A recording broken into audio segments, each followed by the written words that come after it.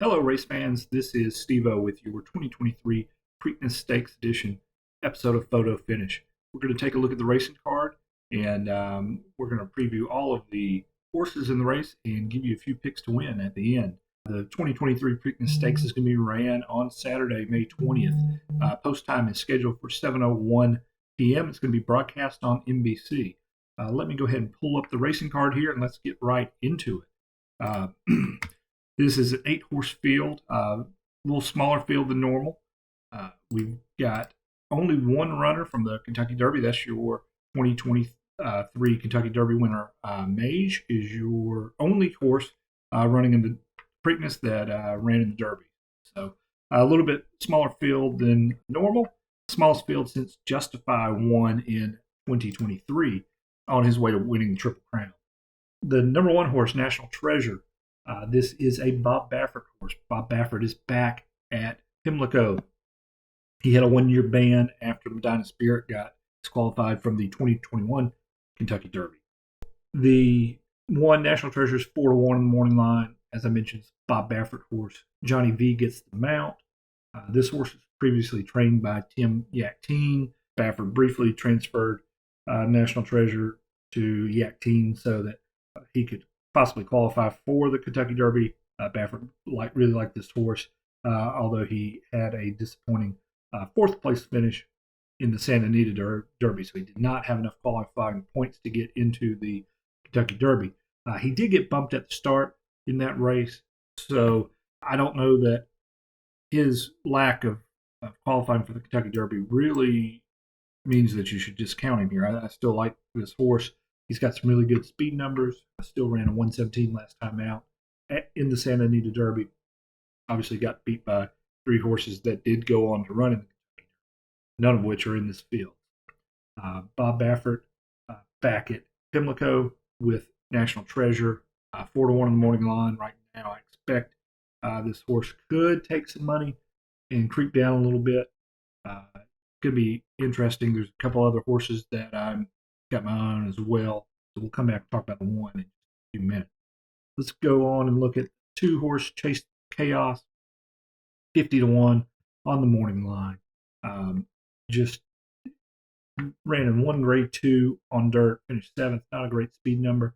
This horse is mainly ran on synthetic surface. I just don't see a whole lot to this horse. This is a toss for me. Even the numbers on synthetic surface are not good.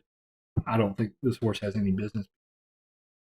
3, Mage, your 2023 Kentucky Derby winner. Javier Castellano gets the mount again. Delgado is your trainer. Had a very, very good speed number of 124 in the Kentucky Derby. Was clearly the best horse in that race, coming from way back in the pack. Broke 16th in the Kentucky Derby and just really rallied late last quarter pole, took off. And so Mage is your morning line favorite, 8-5. This is a horse that, obviously is in good form. The 2-week break, you just wonder how he's going to do with not a whole lot of rest. There are other horses that have not ran in a while. Very tough turnaround. And I did not mention that Preakness is ran at a mile 16th, whereas the Kentucky Derby's ran quarter. A little bit shorter race here, but much quicker turnaround than these horses are used to. Typically, you see at least 3, if not 4 weeks, 5 weeks off in between races. Just the way the trainers typically run them these days. So Mage, horse to watch. He's your favorite for a reason. Looked impressive last time out. But let's take a look at the rest of the field and see what else we can find here. Coffee with Chris is your 4-horse.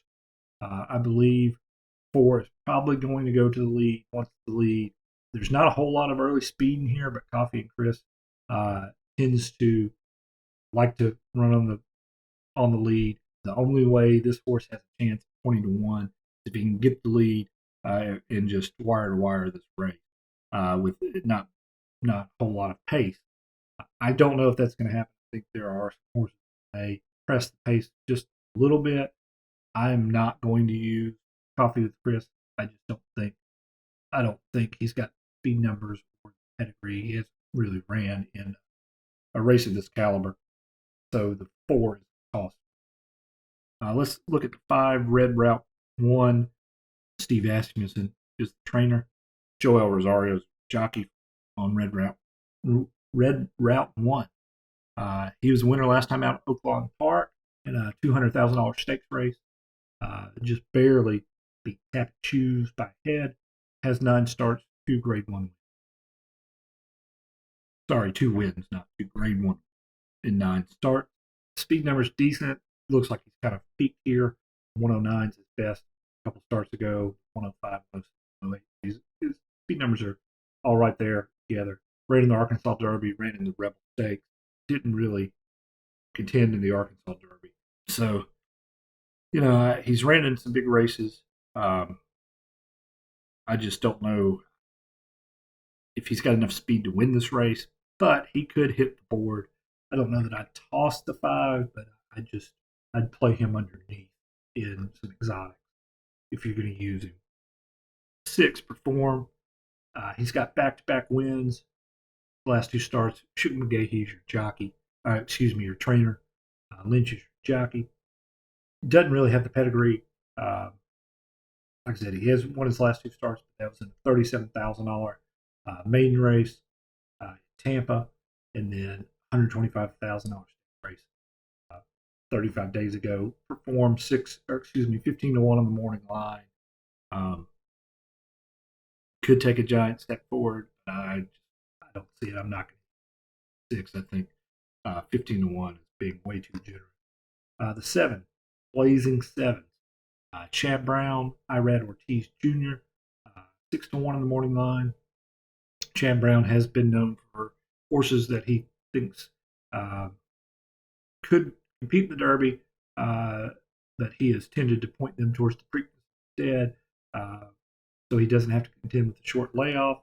Blazing Sevens has ran in 4 grade 1s and a grade 2. 2 wins, although one was in his maiden race and then one in grade 1 back in October 2022. The races he's run in recently, he did run in the Breeders' Cup Juvenile in Keeneland, finished 4th to some really good horses, Forte, Cave Rock, National Treasure, who's in this race. Didn't have a great race at Fountain of Youth, but he was bumped early, had a very bad start in that race. I'm kind of tossing that Fountain of Youth run. And then last time out, he ran in the Bluegrass Stakes, Keeneland, finished 3rd to Tapit Trice and Verifying. I think I like Chad Brown. I like Irad Ortiz. This is a horse that's got some closing speed. I think if it's a faster pace race, I think Blazing Sevens will be there. I'm going to be using 7.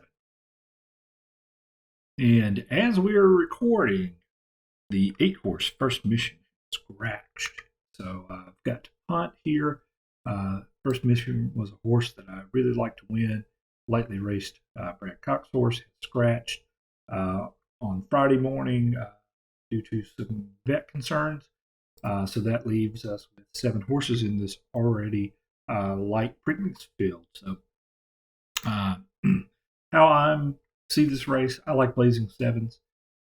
Irad Ortiz and Chad Brown.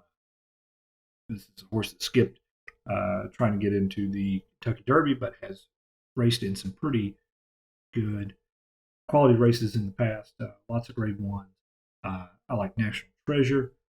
The 1 to pair with the 7, I will probably have some sort of 7-1 exacta box.